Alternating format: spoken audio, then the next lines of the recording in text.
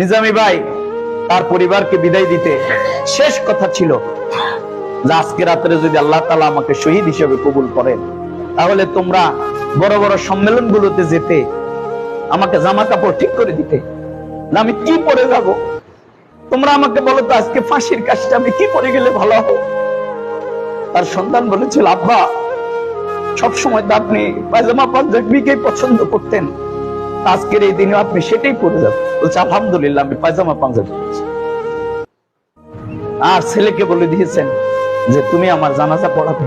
পৃথিবীর ইতিহাসে কোন বাবা একদিকে ফাঁসির মঞ্চে যাচ্ছে আর আরেকদিকে সন্তান যাচ্ছে আপনার দিকে দৌড়াচ্ছে যে রাত্রে গিয়ে জানাজা পড়ানোর জন্য। বাবা কত নির্মমতা!